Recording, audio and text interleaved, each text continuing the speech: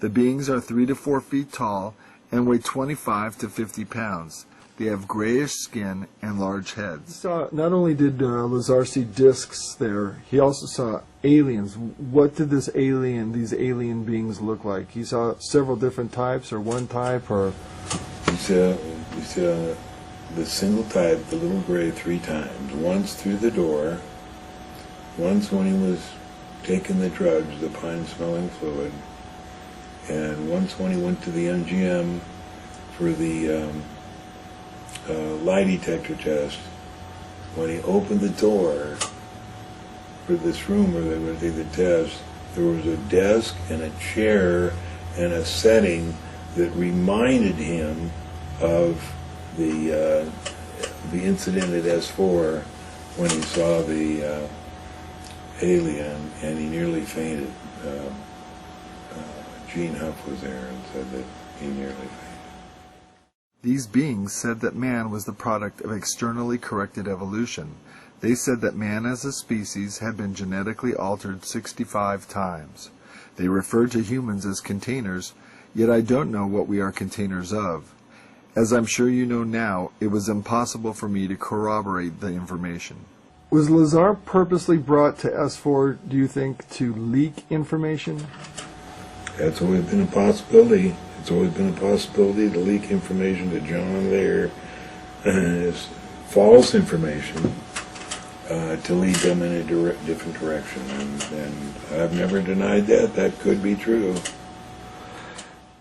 John, that March 22nd tape with Lazar, why is that important in the history of ufology? Because that's the first time that Bob took us out there, knowing ahead, a day in advance of exactly the hour and the minute when that flying saucer would fly. And we saw it at that time. And how many minutes did you get on camera? Nothing on camera. The camera was on the bumper. We all forgot to take a picture. Because you were so caught up in the event at that time. Did you ever get any photos of UFOs that you took yourself?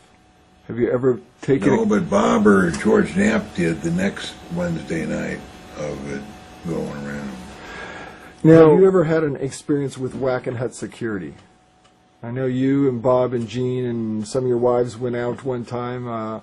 It's a famous story where you went out to film and were... Yeah, and other than the thing out in the desert, no experience. What was your feeling when you guys were being held by the sheriffs there at that time? Were you feeling in jeopardy at all, or fairly cool-headed? You've been through combat and a lot of different things. How does that rank as far as stress levels? Well, S4 let us go, and then when we got out onto the highway, that's when Doug, what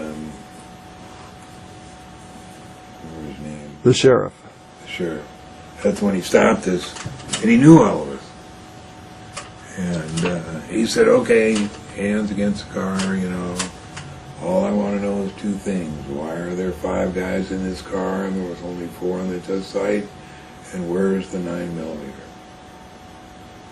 And we just didn't say anything for an hour, and then pretty soon he said, I don't know why I'm supposed to tell you this, but what I'm supposed to tell you is to get out of here and never come back.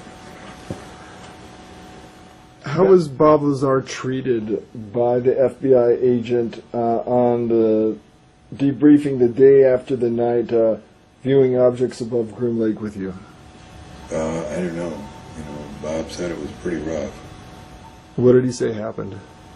Then they took him out of the car with a gun in his ear and then said, now Bob, when we gave you this clearance, it didn't mean you were supposed to tell all your friends about the flying saucers.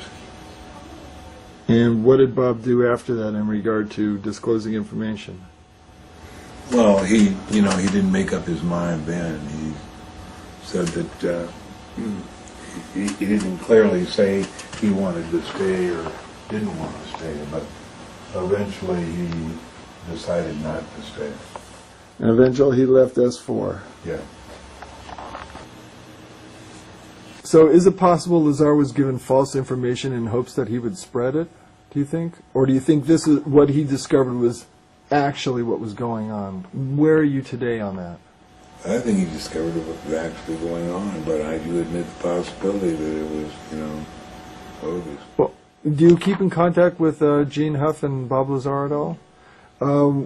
What's Lazar's stance on everything these days in regard to S4? How's He doesn't want to talk about anything about it. He's still involved in the nuclear industry, is that right? Supposedly. But he doesn't want to publicly come out or discuss it anymore because he feels threatened, because he doesn't want to be discredited? Well, he got his clearance back, and one